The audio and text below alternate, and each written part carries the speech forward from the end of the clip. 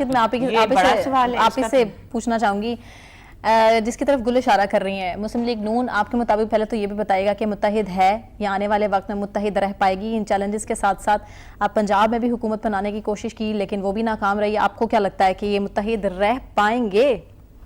دیکھیے بات یہ ہے کہ اصولی بات تو یہ ہے کہ نہ تو پارٹیز کو کسی کو توڑنا چاہیے اور پارٹیز جو ہیں وہ ان کو قائم رہنا چاہیے سیاست میں.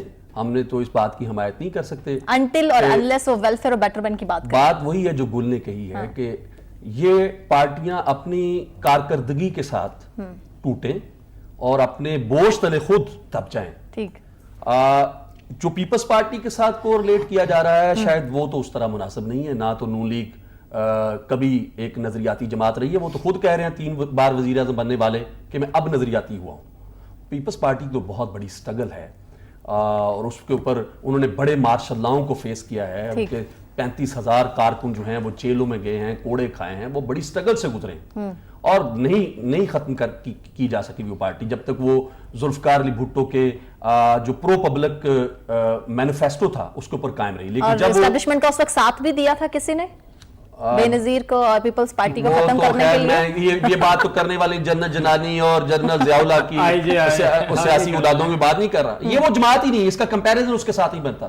نواز شریف کی ساری جماعت یہ پرو اسٹیبلشمنٹ جماعت ہے، اسٹیٹس کو کی انہوں نے ساری پالیٹکس کی ہے. یہ انہوں نے ساری زندگی ان لائنوں کے اوپر چلے ہیں جو اینٹی پبلک پالیسیز ان کی رہی ہیں. تو ایک اتفاق فاؤنڈری کی طرح اس ملک کو چلایا ہے، اس جماعت کو چلایا ہے. اور یہ مافیا کے اوپر جب ہاتھ پڑتا ہے نا تو مافیا جس طرح ٹوٹتے ہیں بالکل اسی طرح سے الطاف حسین کی جماعت کبھی بہادر آباد کئی گروپوں میں تقسیم ہو گئی. تو مسلم لیگ نون کے اندر جتنی ویل آرگومنٹ بخاری صاحب نے کی ہے میں ان کو ریبٹ کرنا بہت مشکل ہے. صحیح مرحلوں کی انہوں نے شاید اسٹے کیا ہے لیکن تب تک لوگوں کی ہوپ تھی نواز شریف شاید آ جائیں. اب یہ ہوپ ختم ہو چکی ہے. اب مجھے بتائیں اگر ایسی صورتحال ہے، اگر ایسی صورتحال ایک بات کرو آخری جملہ اس کے بعد بخاری صاحب